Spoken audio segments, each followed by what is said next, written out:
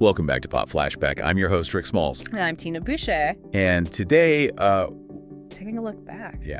diving headfirst into a pop culture tidal wave. Ooh, yeah. The Titanic craze of 1997. 1997. Wow. 25 years. 25 years ago. It's hard to overstate the impact. I was a junior in high school Really? when this came out. Wow. And I remember just the lines around the block. Oh, absolutely. Yeah. The hype was unreal. At the movie theater. It wasn't just a movie. It was a full-blown phenomenon. It really was. I mean, first off, it became the highest grossing film in history. The first to break that billion-dollar barrier worldwide. That's insane. I mean, nobody had ever seen anything like it It before. was a perfect storm of factors, really. Yeah. You had this incredible love story set against the backdrop of a real historical tragedy. And then you had the visual spectacle that Cameron is known for. Right. He used CGI in a way that hadn't really been seen before, creating this incredibly immersive experience. Yeah. And you can't forget the star power of Leo and Kate. Leomania was in full swing. They had this undeniable chemistry on screen.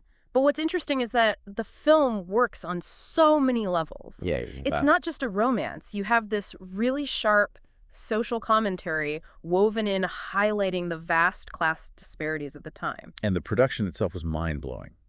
The massive sets, the detailed models, that huge water tank they built.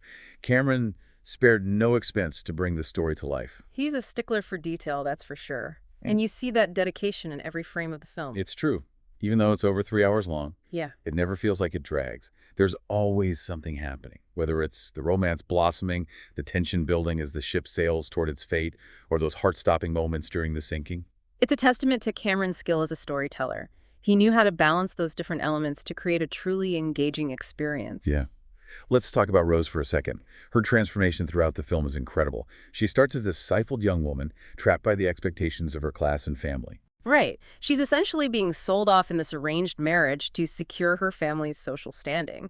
There's no agency in her life at all. Exactly. Yeah. But then she meets Jack, and he opens her eyes to a whole new world of possibilities. He sees her potential, her desire for something more, and encourages her to break free from those gilded chains. And by the end, she's a completely different person. She's found her voice, her independence.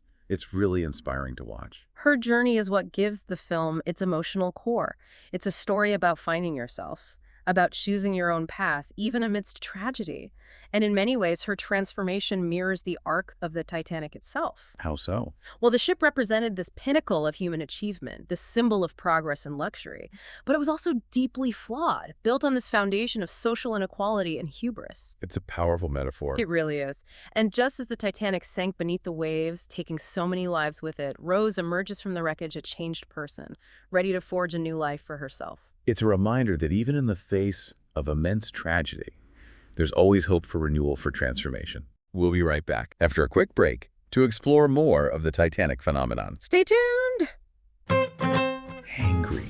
Hangry. Totally. And we're looking at their online shop today, and it's pretty wild. Got like everything you could think of, from t-shirts and sweatshirts to candles and stickers, and they've got, all this stuff with this really fun, like, food-themed kind of spin on it. Yeah. It's interesting how they've taken, what's a pretty negative emotion and spun it to be something. To be something good. Yeah, like something relatable and fun.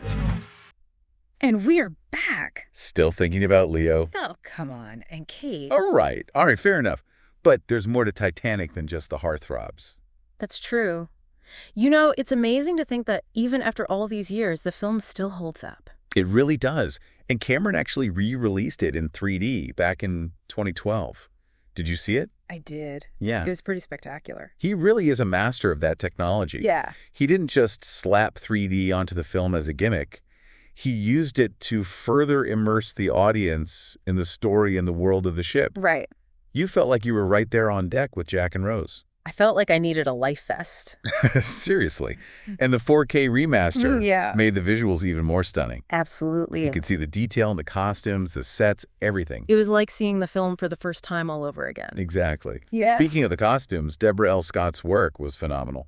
The way she captured the opulence of the first-class passengers contrasted with the simpler garments of those in steerage. It added another layer of visual storytelling to the film. And beyond the film itself, Titanic sparked this whole renewed interest in the actual historical event. Oh, absolutely. Suddenly, everyone was fascinated by the Titanic books, documentaries, exhibitions. It was everywhere. I remember my history teacher in high school was obsessed. Really? He brought in all these artifacts and replicas. Wow. It was really cool. The film brought the tragedy to a whole new generation and reminded those who already knew the story of its power. And it also got people thinking about the bigger picture, about social class, about the role of technology, about human nature in the face of disaster. It wasn't just entertainment. It was a catalyst for conversation and reflection. Exactly. It makes you wonder, with all the advancements in filmmaking and the changes in our culture since 1997, could a film like Titanic be made today? Could it have the same impact? That is a great question. I mean, so much has changed in the way films are made, marketed, and consumed. Would it resonate with audiences the same way? Would it spark the same kind of cultural conversations? Right. What do you think out there? Could a film like Titanic capture the world's attention today the way it did back then? Let us know your thoughts in the comments. We'd love to hear your perspectives. By juxtaposing the opulence of the first-class passengers with the struggles of those in steerage, the film highlighted the stark class divisions that existed at the time. And it showed how those divisions played a role in who lived and who died during the disaster. Exactly. It's a reminder that even in the face of such a monumental event, social structures and inequalities persisted. It's a sobering thought, but it's also a testament to the human spirit, that even amidst such tragedy, there were acts of incredible heroism and selflessness. We see it in the band playing on as the ship sinks, in the mothers putting their children on lifeboats, in the strangers comforting each other in their final moments. Those stories are incredibly moving, and they speak to our capacity for compassion, even in the darkest of times. And I think that's ultimately what makes the Titanic story so enduring. It's a reminder of both the fragility and the strength of the human spirit. It's a story that continues to fascinate and inspire us, even after all these years. It certainly does, and it will likely continue to do so for generations to come. Well, on that note, it's time to wrap up our journey back to 1997 and the Titanic phenomenon. It's been a pleasure. Thanks for listening. Remember to like and subscribe so you can catch our next episode. See ya!